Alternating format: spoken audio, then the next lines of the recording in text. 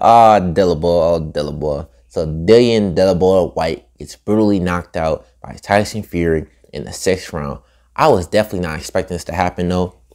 If there was a stoppage to be had, I was expecting Tyson Fury to go in there and wear Dillian Whyte down and get Dillian Whyte out of there in about the 9th to 11th or 10th round.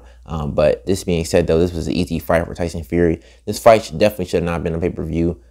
You know, like I said, Tyson Fury won about every round in this fight, all 6 rounds. Dillian Whyte didn't do nothing except for land the occasional good left hook to the body and good right hand to the body. He was being extremely wild, throwing an overhand right, overhand left hook, and just being all over the place. His balance looked weird. You know, he was moving his hands in weird fashion, trying to do the shoulder roll, just like flip-flopping his hands all over the place. And Tyson Fury was easily just countering him all day with the right hand, the check left hook. Tyson Fury was using his jab, tripling up the jab, going down to the body a couple times. Sometimes he would stand in the middle of the ring and tee off on Dillian Whyte.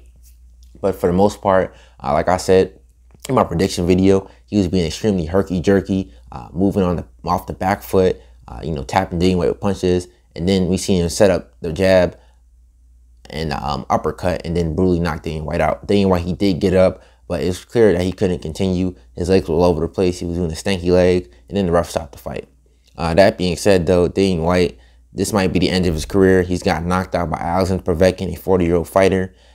He's got knocked out by Anthony Joshua, and now Tyson Fury. So against all elite level opposition, Dillian Whyte has now got knocked out. Absolutely ridiculous. We all know Dillian Whyte is chinny. He got dropped by Joseph Parker, got dropped by Oscar Rivas, got dropped by Povetkin, and all these other fighters. Dillian Whyte, he's just too wild and too scared to do anything against Tyson Fury.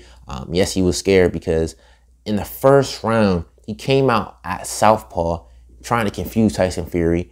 And then Tyson Fury comes out southpaw for the 2nd round just to mess with Dillian Whyte after Dillian Whyte goes back to the right-handed stance.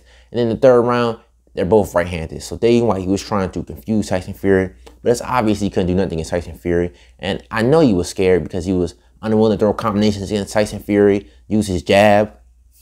He didn't come to the press conference, so just leads me to believe that Tyson Fury had this man shook. Tyson Fury knew this was going to be an easy win. That's why he's fighting the herky-jerky. That's why he came in at 264 pounds, because he knew that Dillian Whyte is nowhere of a threat as much as a Deontay Wilder. Like I told y'all. That being said, Tyson Fury said that this is his last fight.